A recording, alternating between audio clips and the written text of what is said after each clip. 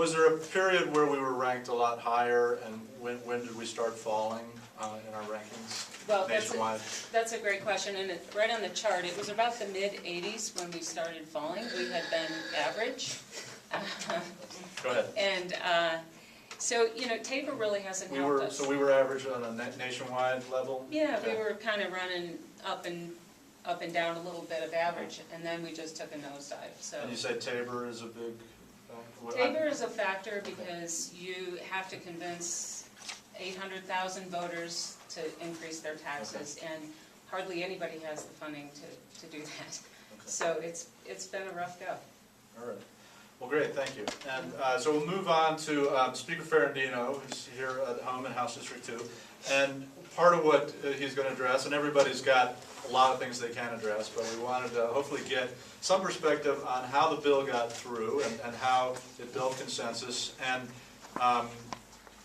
some of the details of the bill itself, the law, the now law. And I would ask, I believe I'm correct, that every Democrat in the Senate and the House voted for it, and no Republicans in the Senate or the House voted for it.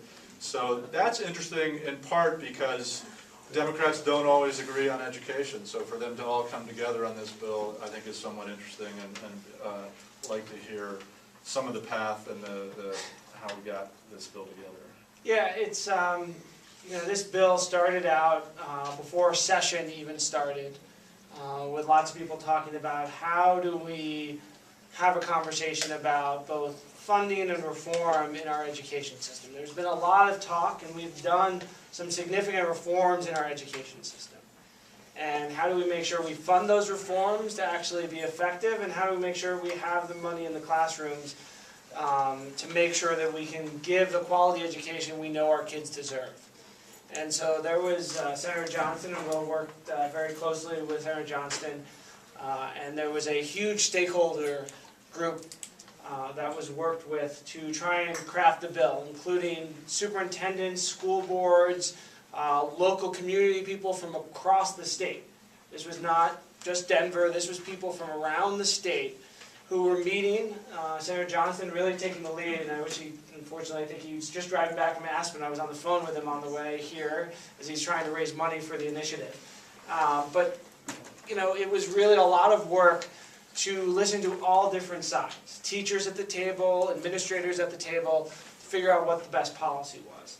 And from when it got introduced to when it got finished, I think it was 140 some odd pages, the bill total. And I joked with Senator Johnston that there would be more amendments than number of pages of the bill by the time it got through, because anytime you're changing the School Finance Act, which is what funds our schools, everyone has some say in it, because they're impacting, it's one bill that impacts every district. It's always going to intrude, because everyone has a school district, and lots of people have multiple school districts. And so it changed a lot, but it also kept a lot of the core principles of that bill, which was, how do we make sure, if we can put more money into the system, how do we make sure we're funding the reforms, and we're creating an education system that's going to prepare our kids for the future. Now, we in Colorado have one of the most educated workforces in the country. Last statistics I've seen, we're the second most educated workforce in the country. But one of the reasons for that is because we import people. A lot of people come to Colorado with degrees because it's a beautiful place to live, and people enjoy coming here. And we don't and have not done as good of a job of educating our own kids. And if we don't have an education system that is going to be able to educate the kids of the people who are moving here and the people who are living here and raising their kids here, we're not going to be able to continue that. We need to attract the brightest people from around the country and around the world to move to Colorado to continue to grow Colorado's economy. And having the best education system in the world is key to doing that. And that's what this bill tries to do. It has significant reforms in it.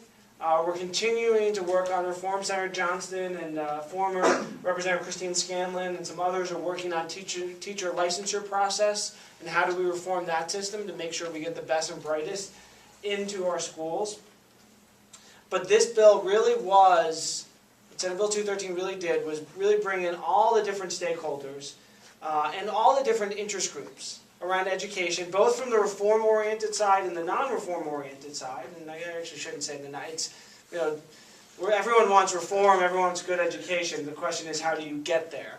And people who have different agreements all came together and said, you know, we know there's a problem.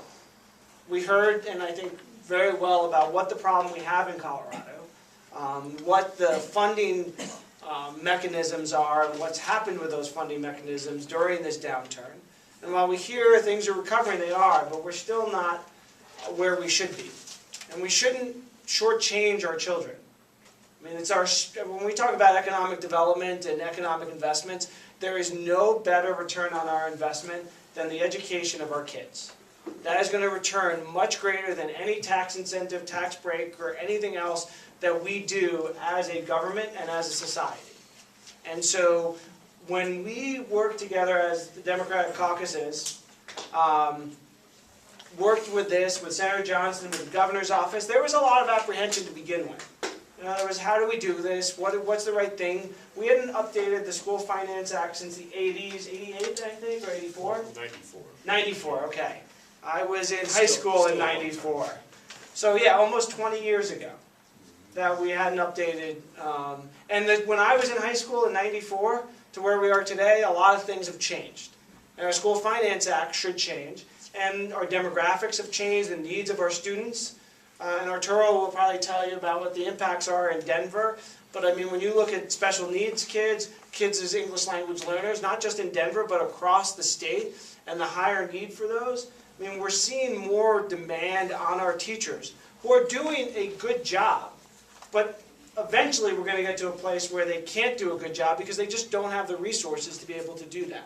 And this initiative tries to really deal with it. It's why one of the reasons I think you saw a real desire by business community, by educators, and by every interest group saying we need to do something. And why you saw Democrats come together and say, this might not be, if I was king for the day, I could write a bill. This might not be the exact bill I would write, because we would all write different bills. It's just part of, we all have our own opinions. But we worked really closely to come together to say, what is the right policy moving the state forward? If it's, early childhood education, innovation in schools, and the innovation fund that's coming in through this program. But what we've seen is that the reforms that we've put in, while good, need to make sure that they're being funded so they can be implemented. And that's what Senate Bill 213 addressed, and what Initiative 22 tries to address through the raising of revenue to fund what Senate Bill 213 did. And it is, I think this is, when we're looking at 20 years from now, and we go back and look at a pivotal point in the history of Colorado and where we were economically, this is one of those key pivot points. Because we can't sustain the path we're going. Keeps giving me fingers. At least it's not just a one finger. But we can't keep going down the path we're going. I mean, myself as a kid who both my parents were educators, I was in special ed. I have a learning disability. And I know, I would not be sitting here as the Speaker of the House if it wasn't for the public educators that taught me and put the resources and had I had speech therapy, occupational therapy, physical therapy. If I didn't have those things, I would not be sitting here today as the Speaker of the House. And we are risking those type of things for our students. And I think we all think, and I'm in a couple of weeks, the adoption will be finalized, and I will have legally a daughter, who now we're fostering. And I look at her eyes and look at the future I want for her and for her kids. I want her to grow up in Colorado. I want her to live in Colorado for the rest of her life. And I want her to raise her kids in Colorado. And the only way we're going to be able to do that is that she has the education for herself and her kids. And it is the funding, while not only the only piece, and that is important.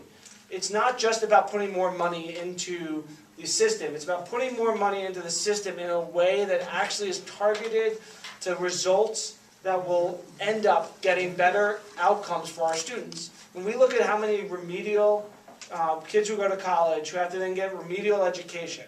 That is hurting our higher education system. It is not good for those students because they have a higher chance of failing and not graduating from higher education. And so making those smart investments, we know from preschool, if you can get kids into preschool, if you can get kids reading, and one of the acts that we did, the READ Act, which tries to make sure that every kid is reading by the 3rd grade, the statistics show that if a kid is not reading by 3rd grade, they are so much more likely to drop out of school.